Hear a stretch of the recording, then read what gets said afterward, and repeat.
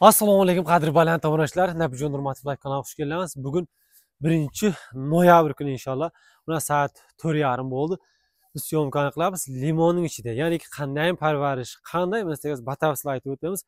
Adresi Kolxozobod, Ittifoqda o'zim qishlog'imdaman. Bugun o'zim limonimni terdim. Bu limon hozir 25 yillik ekan. Egilganiga 25 yil bo'lgan. Hozir bir dona limondan hosil olyapti. Ya'niki 80 kilodan 120 kilogacha hasili bor ekan bir daraxtda. Buni qarang, Xudo bergan juda zo'r inshaalloh. Hozir limonni данное время uydan kelib optovoy narxini 14 somondan qilyapti. Ya'niki rublga olsak 100 rubldan kilosini qilyapti.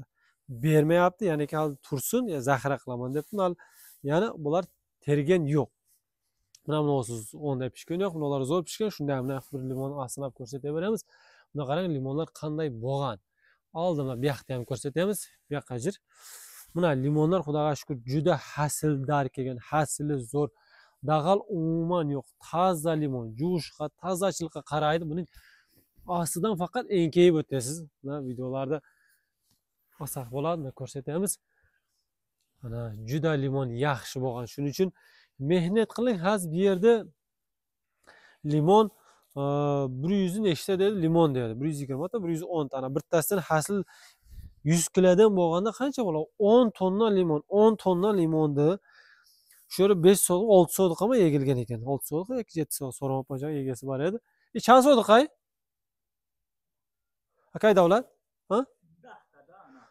10 so'm qay, ha? Ija chand noholdori? 94 ta. 100 kilodan bo'lganda qarib 9 so'm 400 bo'ladi ekan 100 kilodan bo'lganda. 9 so'm 400 da agar 14 so'mni urib qo'ysangiz 140 ming somon past pul bo'ladi. Rossiya kerak emas, mehnat kelingizlar, mehnat qilib shunday narsa bilan ko'rsatamiz, yetkazsangizlar bo'ladi. Har so'l ham xilmeti, ha? Inami joy duyum so'l dedesdan bor fikrim. U 3 so'l pesh ya 2 so'l pesh ham xil biday, ha?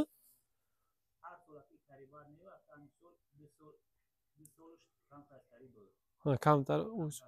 O ina ko'ryapsizlar, men 2 yil oldin olganimda ham xuddi shuncha bo'ldi. Bu yil yana ham zo'r bo'ldi. Nerga kelamiz? Limon Xudo bergan bittadan laykni bosingizlar, mehnat qilingizlar, inshaalloh bo'ladi. Sog' bo'lingizlar, salomat bo'lingizlar.